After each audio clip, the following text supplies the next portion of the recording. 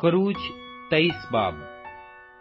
तू झूठी बात ना फैलाना और नाराज गवाह होने के लिए शरीरों का साथ ना देना। बुराई करने के लिए किसी भीड़ की पैरवी ना करना और ना किसी मुकदमा में इंसाफ का खून कराने के लिए भीड़ का मुंह देखकर कुछ कहना और ना मुकदमा में कंगाल की तरफदारी करना। अगर तेरे दुश्मन का बैल या गधा तुझे भटकता हुआ मिले तो तू जरूर उसे उसके पास फेर कर ले आना। अगर तू अपने दुश्मन के गधे को बोझ के नीचे दबा हुआ देखे और उसकी मदद करने को जी भी ना चाहता हो तो भी जरूर उसे मदद देना। तू अपने कंगाल लोगों के मुकदमा में इंसाफ का खून ना करना, झूठे मुआमले से दूर रहना और बेगुनाहों और सादिकों को कत्ल न करना, क्योंकि मैं शरीर को रास्त नहीं ठहराऊंगा। तू रिश्वत ना लेना, क्योंकि रिश्वत बीनाओं को अंधा कर देती है और सादिकों की बातों को पलट देती है। और परदेसी पर जुल्म न करना, क्योंकि तुम परदेसी के दिल को जानते हो, इसलिए कि तुम खुद भी मुल्के मिस्र में परदेसी थे। और 6 बरस तक तू अपनी जमीन में बोना और उसका गल्ला जमा करना, पर 7वें बरस उसे यूं ही छोड़ देना कि पड़ती रहे, ताकि तेरी कौम के मस्कीन उसे खाएं और जो उनसे बचे उसे जंगल के जानवर चर लें। अपने अंगूर और जैतून के बाग से भी ऐसा ही करना।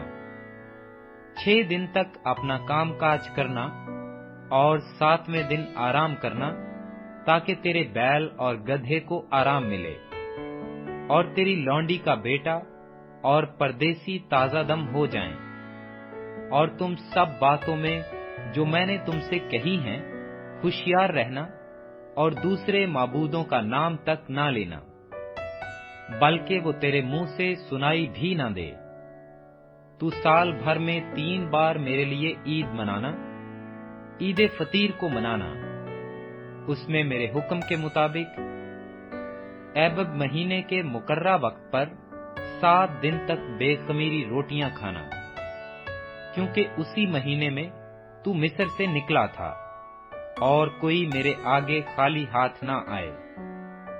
और जब तेरे खेत में जिसे तूने मेहनत से बोया पहला फल आए तो फसल काटने की ईद मानना। और साल के आखिर में जब तू अपनी मेहनत का फल खेत से जमा करे तो जमा करने की ईद मनाना। और साल में 3 मर्तबा तुम्हारे हां के सब मर्द खुदावंद खुदा के आगे हाजिर हुआ करें। तू खमीरी रोटी के साथ मेरे ज़िबिया का खून न चढ़ाना और मेरी ईद की चर्बी सुबह तक बाकी न रहने देना।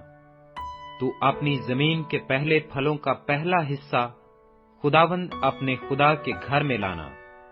तू हलवान को उसकी मां के दूध में ना पकाना। देख, मैं एक फरिश्ता तेरे आगे आगे भेजता हूं कि रास्ता में तेरा निगहबान हो और तुझे उस जगह पहुंचा दे जिसे मैंने तैयार किया है। तुम उसके आगे होशियार रहना और उसकी बात मानना, उसे नाराज न करना, क्योंकि वो तुम्हारी खता नहीं बख्शेगा, इसलिए कि मेरा नाम उसमें रहता है। पर अगर तू सचमुच उसकी बात माने और जो मैं कहता हूं वो सब करे, तो मैं तेरे दुश्मनों का दुश्मन और तेरे मुखालिफों का मुखालिफ हूंगा। इसलिए कि मेरा फरिश्ता तेरे आगे आगे चलेगा और तुझे अमोरियों और हेतियों और फरेजियों और केनानियों और होवियों और यबूसियों में पहुंचा देगा और मैं उनको हलाक कर डालूंगा। तू उनके माबूदों को सिजदा न करना, न उनकी इबादत करना, न उनके से काम करना, बल्कि तू उनको बिल्कुल उलट देना और उनके सतूनों को टुकड़े टुकड़े कर डालना।